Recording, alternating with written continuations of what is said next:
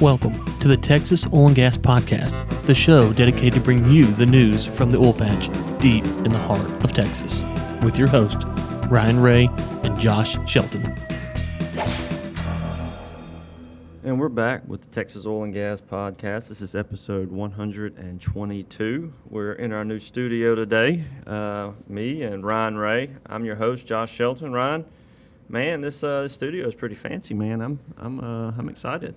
Yeah, we gotta get some kind of backdrop, and I'm curious how the audio will sound. Obviously, our lovely voices are here. We're present. We can see Nate over there in the corner, but Nate can't see. Nate, you can't be seen, can you? No, okay. I cannot. Okay, so Nate can't be seen, but I'm curious how the audio is going to sound, really, because me and you have been in here every day, basically working on this. Nate was here like half a day Wednesday, so if the audio is not great, we know who to blame. Yep. Nate has taken more responsibility for the audio. He's the producer. We're just the talent. Okay, we show up. We put on high-quality content. If it sounds like garbage, if it doesn't make sense, if anything goes wrong, who do you blame? Nate. Why do you blame Nate? Because he's the producer. He's producing this content for us. So, but you know what, Josh? We did get a little swag in the mail today from the folks. The Landman Life. www.landmanlife.com. A road trip to nowhere. See, Nate didn't give me the cue. He didn't. Did you have the? Didn't have a cue. You didn't have the cue. I mean, I got this like 6 weeks after they sent it, but I didn't have the. I was about to say Nate had these for a few weeks before we did, and like. I was at Nate's house this weekend. I saw a box full of these things in the corner over there. I don't know how. I mean, I got one. I mean, you got. So thank you to the folks at Landman Life. What's that website again, Nate? www.landmanlife.com. Yeah, they've been interacting with us on Twitter. Blame Nate for not having the script correct. That's a pretty cool little double L there. Anyways, so it brings me to a larger point. We need an address out so people can send us free swag because we love free swag, and we'll get you free swag out here on the show. Preferably cash swag is the favorite. We do accept Bitcoin swag. Check swag can be traced and taxed, so let's stay away from that. But any kind of swag we'll take, generally speaking. Yeah. If you're gonna send that kind of swag. Don't send it to Nate. Don't send it to Nate. But we do thank the folks at Landman Life for sending the koozies.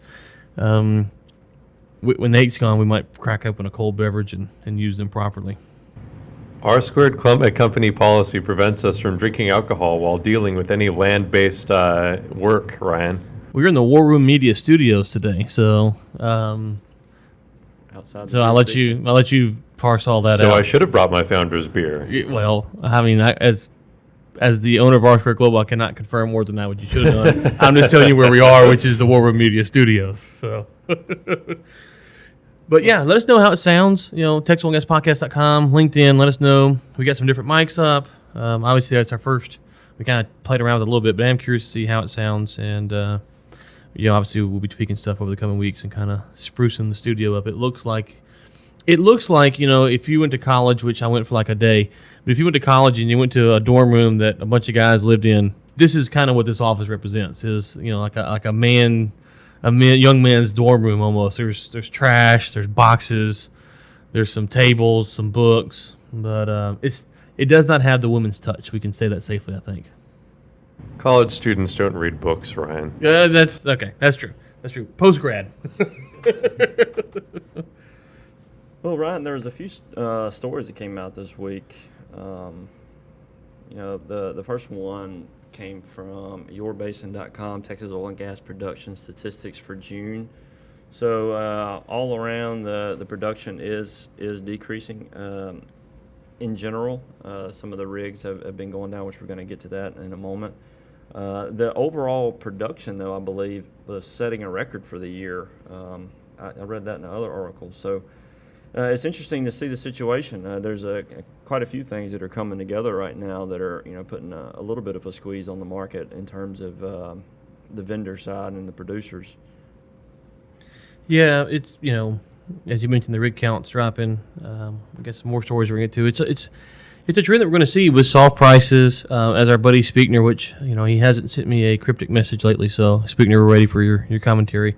I enjoyed the Prophet of Doom segments we had on the show. But anyways, when the well's drilled, obviously it takes a little while for the for the well to get online, but we're losing rigs, and so we will see a decrease in production eventually, assuming the DUCs. We'll talk about the DUCs in a minute. I know, assuming the DUCs don't come online and kind of help prop up production.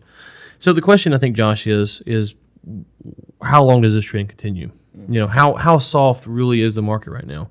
And there's things that we just can't answer. We can't answer things like, you know, how much is it, someone like Speakner says, which is investors don't have confidence in oil and gas companies right now. Is that going to keep them from, you know, funding them, you know, continually investing in them? If that happens, then as he kind of prophesies, you'll see mass bankruptcies, which means rigs will come off, less wells will be drilled. But the price has to respond to that at some point. We saw last week when the Aramco bombing happened, the price bounced up for like a day, but it's still not that high. So I think as we go through this next, you know, this third quarter, fourth quarter, it's be interesting to see how the market looks at all this. Will a trade war get done with China? That will be one thing to watch. You know, will the production, how far will it fall? If it does fall, will the DUCs come into play? All those are things that we're going to see, you know, how it impacts the market and how the market actually reacts. Because at some point, if you keep going, you know, we always talk about going up and to the right's good. But if you're going down to the right, at some point the price does have to lift. I mean, you can't keep going right. Eventually, you can't be silly with it. Eventually, you would run out of oil. So production at some point has to pick back up or level off or whatever. So it's gonna be interesting to see. And we talked about this. If you go back to the beginning of the show, we're kind of 2 years ago. We're kind of a new phase now, and the way the news reacts, the way the markets react, is all different. And this is just kind of a different spot we're in right now with the trade war, with investors frustrated with what's going on in oil and gas. Where will things end up? I don't know. But some of the problems that we talked about that weren't necessarily bad problems, they're just market problems. Some of those things are fleshing themselves out. We're talking about another pipeline, but those things are kind of fleshing themselves out now. So if you want to put your product down a pipe, it's going to be a little bit cheaper than it was 2 years ago. Mentioning that, the rig count, we have an article here, the rig count dropped in Texas to 423, which is the lowest that it's been in more than 2 years. So the rig counts are dropping. It's curious to see, you know, some of the efficiencies, but some of the rigs have increased. So I'm not sure how much production has dropped, or even if it has dropped, even though the rigs are. That'd be something interesting to keep an eye on. Well, what's very interesting along with this, Ryan, is two things that kind of go together, is the U.S. crude pipelines lower rates amid competition.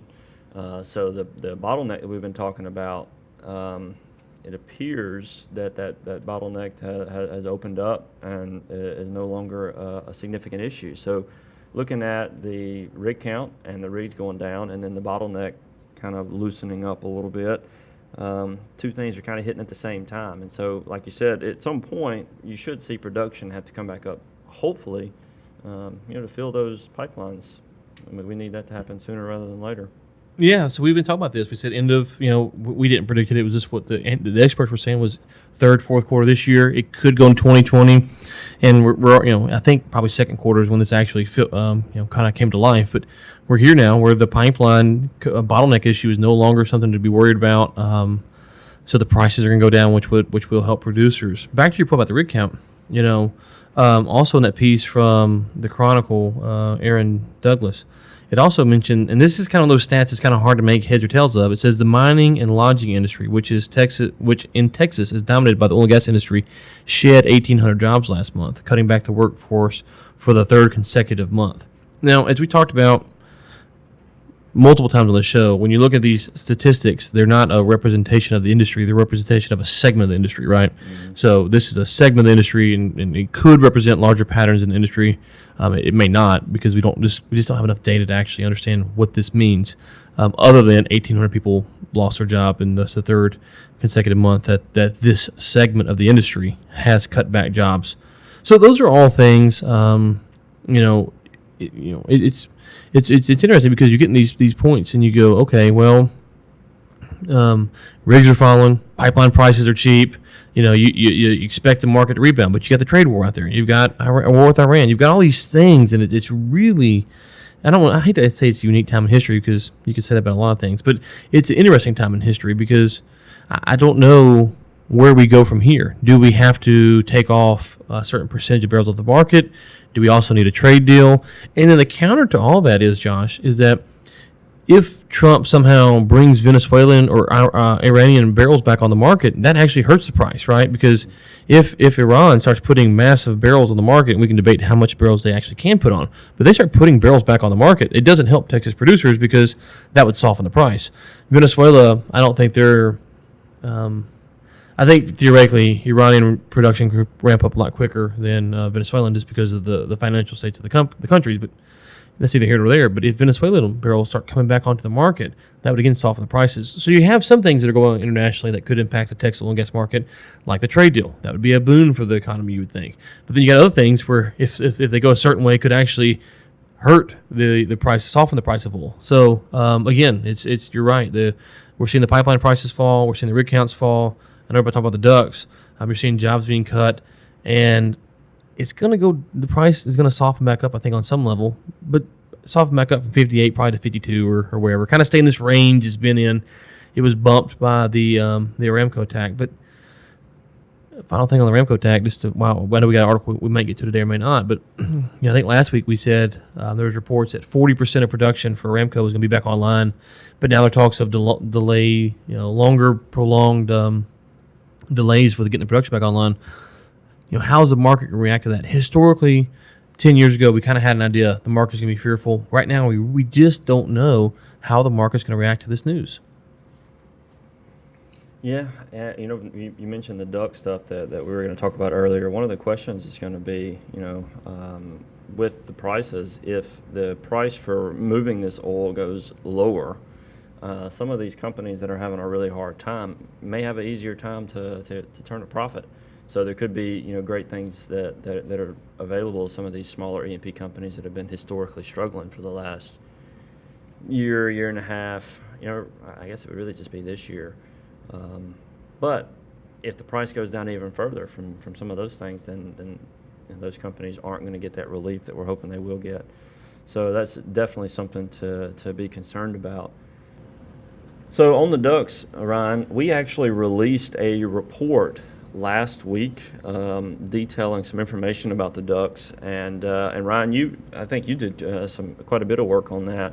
So what were some of the takeaways you saw from that DUC report, and what are some things that should tell us about what to expect?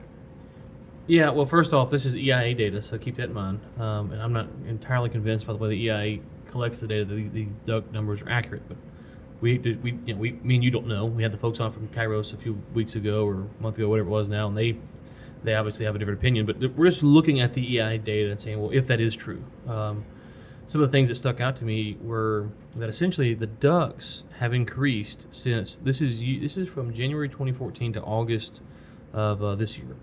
The DUCs have increased by 3,611. So 3,611 DUC increase. The Permian DUCs have increased by 3,839.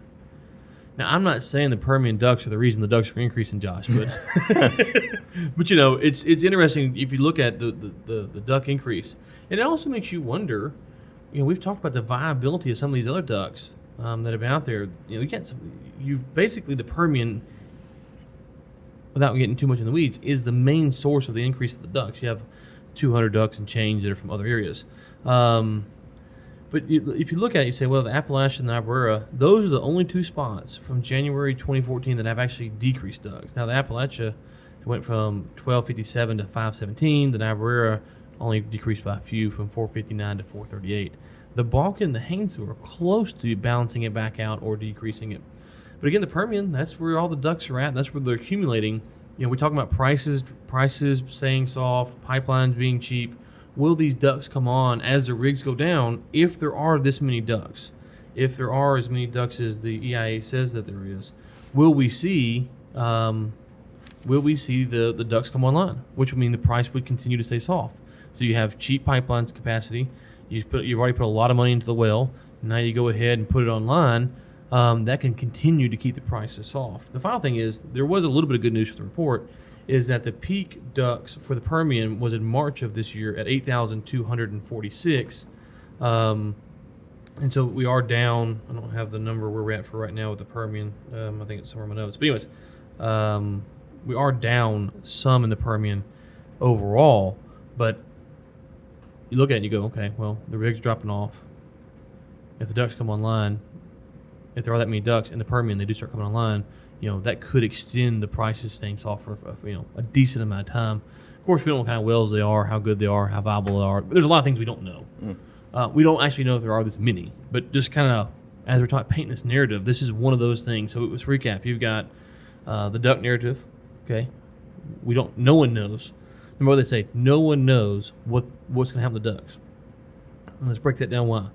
Josh has DUCs, Ryan has DUCs, Nate has DUCs. My motivation for DUCs may or may not be the same as yours. Yours may or may not be the same as Nate, and you can keep going on and on. So we all have DUCs. We don't know what our motivation is unless we say it publicly. We don't know what's going to motivate us to finish those, right? You might be trying to finish yours, or turn yours online, but your crews are just behind. So you're not holding anything back. They just simply haven't gotten there. I might be looking for a certain price point. So there could be different motivations. We can't judge that. We can't take all these DUCs and make a monolithic statement.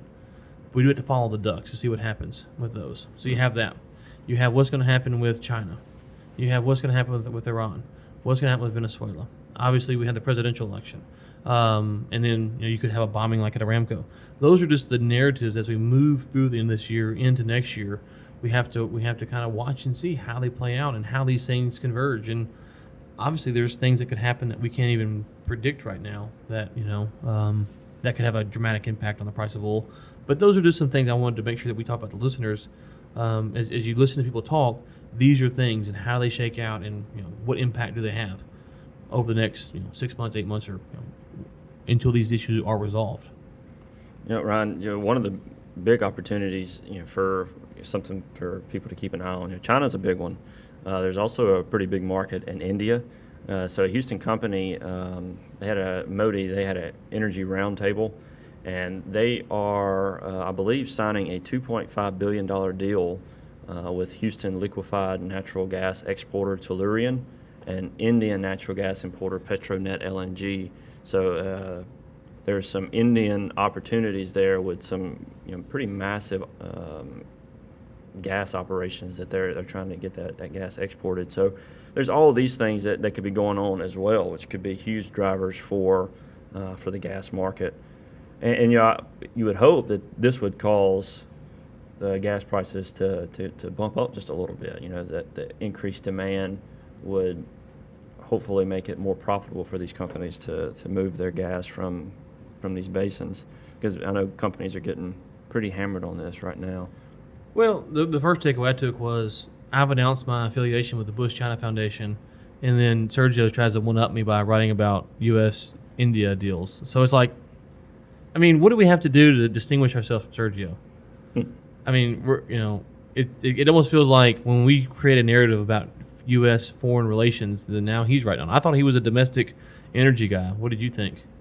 Well, apparently he's trying to compete with us on the podcast. Some of the connections that we're making, but we're it's Sergio, bro. It's at this point it's kind of obvious, but we will talk about your story, give it a little juice because we do love you. Listen, there's some interesting things in here, and I think Sergio does a good job of pointing out something later on in the piece.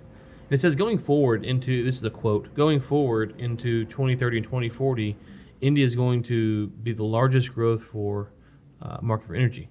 China grew a lot over the past couple of decades, but is stabilizing. From here on out, India is going to need a lot of energy because they're still behind in terms of GDP. And that's an interesting perspective that we have to remember. You can look at the growth of the U.S. GDP. Okay, well, the U.S. is one of the top, or most sophisticated, developed, however you want to say that, economies in the world. This goes back to the percentage talk we talked about last week, right? You look at the Chinese economy growth, and it could grow by double digits. Well, it has a long way to catch up to where we're at. We look at something like India, and if they are behind China, you could see massive percentage growth, which will also, because we're talking about GDP, will increase the overall wealth of the country, which means they will have more energy. Which is why when we talk about energy demand and energy need on this show, it's so frustrating. We talk about people cutting out oil and gas. If people in India need this natural gas, Josh, and we quit drilling, where do they get it from? Well, not from us, right? They get it from maybe Qatar or somewhere else, Australia, wherever it is. And so it's very frustrating to do this. The other thing that's also kind of interesting about India, if you go look at the price of gasoline in India, it's really expensive. So there's a comment here about India wants to go to 100% electric vehicles by 2030. That's to decrease its dependency on foreign oil. That's not going to happen because they tax the dog snot out of their gas. And so where would that tax revenue money come from?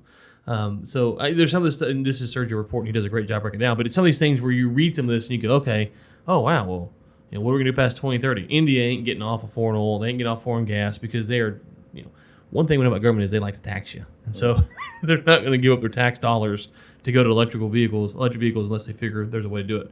But yeah, good for the U.S. We want long-term trade deals with partners around the world. We want to be able to broker deals. We want to be able to have long-term friendships. And, obviously we kind of more of a free market background. But if you said, well, free market's not really my thing, I'm more of a U.S. best interest, kind of an outlook on what's the best for the USA. Well, the USA providing energy to other countries instead of our enemies would be a better position to be as well, instead of us not providing it, and we can lose a potential ally because we're not providing energy with them. You mentioned the fact that the government likes to tax its people. Interesting. I didn't pull it up, but the article came out where New Mexico was thinking about giving free college tuition. Hey, I might actually get to graduate. Yeah, well, I was thinking, Ryan, we just did a report last week, though, that said that they wanted to be clean energy by 2030. Yeah. So, the bulk of their tax money that they would use to fund the college would be Right. gone within a few years if they were to see through their energy, Yeah, how does that work? Yeah, it's interesting. It is interesting. They don't think about that. I mean, Well- you can't do both. Yeah, I mean, I think they do think about it, but I don't know. They're not very smart people. So, but yeah, it is interesting. So, Yeah. What do you always say, Ryan? Don't let the facts get in the way of a good story. I learned it from those guys. I did see that story, and it's so funny because, as you point out, hey, we're taxing oil and gas people. We're making tons of tax dollars off of sales tax dollars off of people who are in our state, and business taxes and all kinds of stuff. And yet you don't want them. You do wonder what do people actually think. Like, are they? They can't be that naive. I mean, at our Square Global, because I own the business, I know where the money comes from. The governor of the state surely can read the budget and say, well, where does this money come from, right? Mm. So you just have to wonder, are they? I mean, listen, I'm not the sharpest tool in the shed, but I can figure out basic stuff like that. So I think it's fair to question, what their motivations are, or why they do things the way they do them. Which if I had the answer for, I guess I'd be a billionaire. But I don't have the answer for why politicians do what they do. All right, now for the Texas Roundup section. Lots of stories came out this week, some with the produced water. I know there's a study going on in Texas that are looking at the way Texas and New Mexico are dealing with the water solutions. There was a report that came out, Sustainable Produced Water Policy, Regulatory Framework, and Management in the Texas Oil and Gas Industry 2019 and Beyond. There was an event, IPAA, where Wayne Christensen was there speaking, and they were addressing the water issue that is developing, especially in West Texas. Article came out also, Aramco's repairs could take months longer than company anticipates, so this could be something to keep an eye on. Maybe could hold the prices a little higher than what was originally thought. I haven't checked on the petroleum reserve, or I did check the Strategic Petroleum Reserve. I didn't find anything on it that would conclusively tell me one way or another whether it was tapped into or not. Just kind of I don't think it was. I think there is I think they are going to release in I think October or November. I think they have a planned release at that point, but no, Okay. they didn't tap into it during this. Okay. There was a study that came out from the Journal of Petroleum Technology. Basically, it's dealing with DUCs.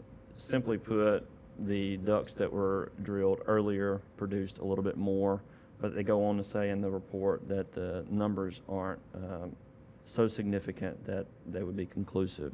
So they were comparing 1 to 2 years after drilling and completing it versus 3 to 4 years after drilling and completing it. Interesting report. If anyone wants to check it out, we'll link that in the show notes. PEDEVCO raises $25 million through private offering to fund Permian Basin development and acquisitions.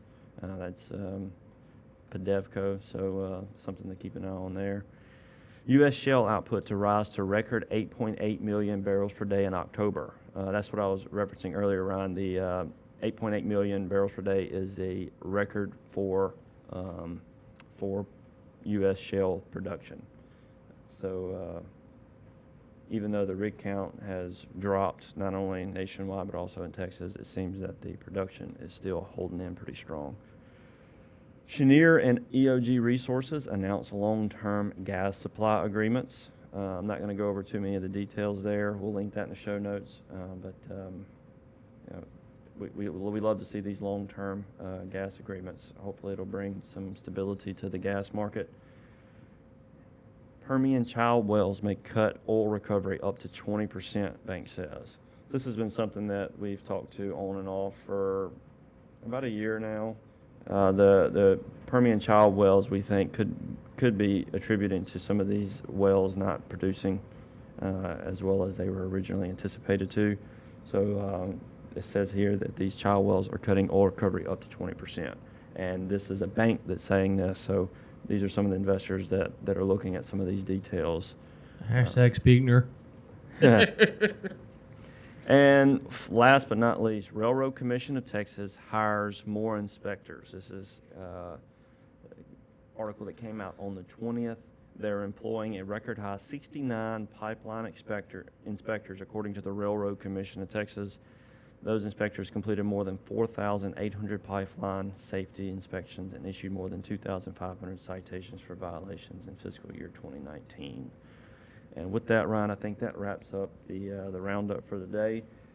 Is there anything else we wanted to mention or hit on before we close it out? Yeah, if you're interested in doing business in China, you need to go to the Bush China event, October 28th and 29th. Be sure to hit me up for details. I can get you everything that you need to know about that.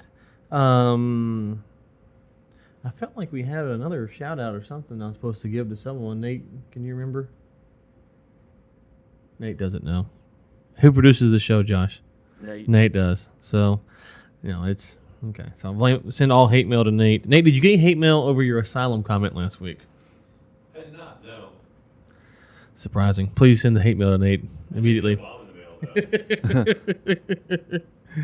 But yeah, Bush China information that's coming up. We will have someone coming on to talk about that here October the 7th. Yep. So we'll have Robin Goodman on with the Bush China Foundation to speak about that. I believe that's it. Be sure to check out Energy Week podcast, Oil and Gas Contractors Connect, and bring in the closers. And until next time, keep it quiet.